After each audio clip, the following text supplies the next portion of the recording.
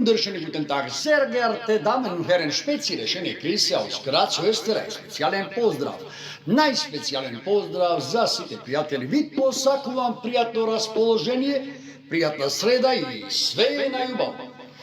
Spezielle schöne Grüße von Senga Sebricanowski, Jack Bullitt aus Graz, Österreich. Ich wünsche euch einen wunderschönen Mittwoch. Alles Gute. Hey.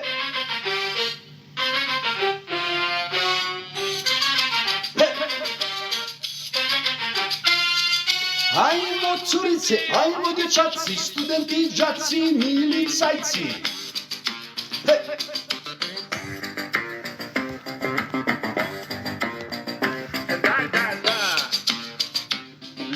Jedva čekam da se svrši leto, dosta mi je vrele klime. Zbogom more, odoh u planine.